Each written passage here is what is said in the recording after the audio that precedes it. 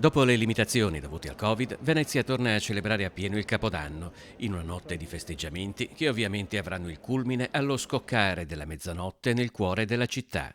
Piazza San Marco tutto è pronto per festeggiare il Capodanno. Saranno posti dei varchi qui come in altre zone che portano verso il bacino di San Marco, da cui chi arriverà per primo potrà godersi in prima fila lo spettacolo pirotecnico dei fuochi. Com'è la situazione a Venezia per quello che riguarda le presenze turistiche? Beh, diciamo che siamo quasi al completo. Credo che nessuno degli operatori turistici possa lagnarsi o fare complaint, è tutto pieno. Già dalla mattina, in effetti, la piazza brulica di persone provenienti da mezzo mondo. Di dove siete? Norvegese. Norvegesi? Sì, Ma parla bene l'italiano. grazie.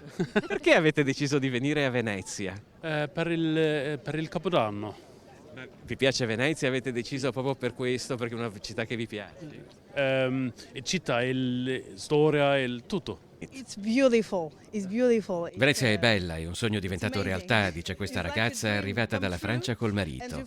Tercera vez que vengo. Enamorado de aquí. Un sogno già realizzato 3 volte dal turista messicano che si dichiara innamorato della città. When I was a child, Lei invece abita a Londra, ha sentito parlare di Venezia a scuola in Cina e ha desiderato visitarla fin da piccola. It's amazing all the Arrivato dalla Repubblica Dominicana con tutta la famiglia, questo signore esprime un'incondizionata ammirazione per la città. Di dov'è lei in Spagna? di Barcellona. Di Barcellona. Come l'ha trovata Venezia? Le piace? Tanto, è molto magica. Noi siamo di Firenze. Come mai avete scelto Venezia per il Capodanno? Fine romantico, fine settimana romantico.